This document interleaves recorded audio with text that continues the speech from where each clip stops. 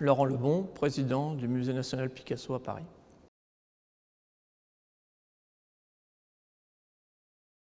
Le Musée national Picasso a 30 ans. 30 ans, c'est une très courte histoire, c'est une histoire faite d'une centaine d'expositions. Et tout simplement, pour célébrer cet anniversaire, on a voulu mettre Picasso au cœur du projet. D'où le titre, Picasso, mais avec un point d'exclamation à l'espagnol. À l'espagnol, cela veut dire que pour quelqu'un qui regarde un peu la typographie, le système est renversé. On est sans dessus-dessous, puisqu'il y a 2 points d'exclamation en fait. Et donc pourquoi ces points d'exclamation? Eh bien tout simplement pour dire que Picasso est toujours là.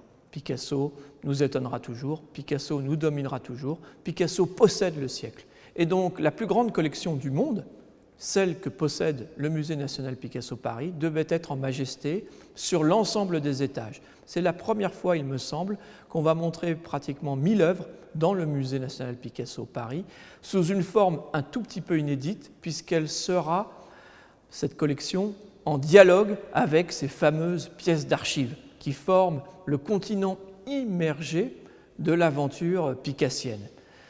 Concevoir une exposition uniquement de chefs-d'œuvre, à partir des 5000 peintures, sculptures, toutes ces formes traditionnelles de l'art, sans montrer le processus créatif au quotidien de Pablo Picasso, me semblait dommage. Et donc, il y a eu des expositions déjà fondées sur les archives, mais pour la première fois, c'est l'ensemble de l'Hôtel Salé, pratiquement 2500 m², qui va être sous une forme de moviment. Moviment, c'est un nom créé par Francis Ponge en 1977 pour le Centre Pompidou.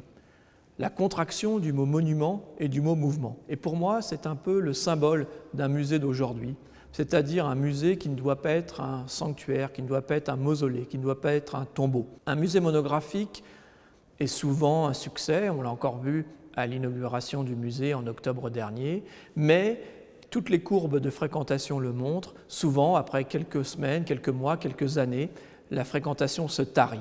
Et le grand défi du musée Picasso au XXIe siècle, c'est de montrer que c'est un musée qui ne doit pas être mortel. Notre grand voisin, le Centre Pompidou, est pour cela un modèle. Picasso était un génie pluridisciplinaire, peinture, manuscrit, assemblage, sculpture, cinéma, photographie. Il a tout touché et surtout tout magnifié.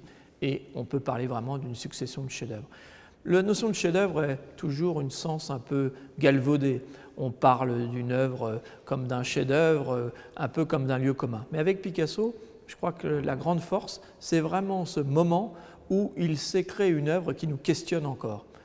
Et là, je crois qu'avec cet ensemble qu'on réunit de manière un peu inédite, parce que c'est la première fois que le musée Picasso est en majesté sur ces 5 niveaux, avec beaucoup de pédagogie, je tiens à insister. Je crois que là, on a vraiment un moment fort et simple.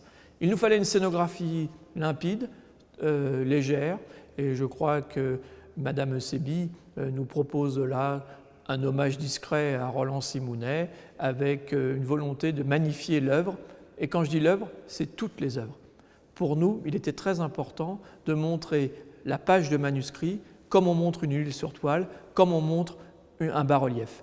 Il fallait que tout soit verticalisé, d'où ce grand système de lames qui sont assez mirifiques dans cet accrochage inaugural, avec une volonté tout simplement de montrer de manière lisible.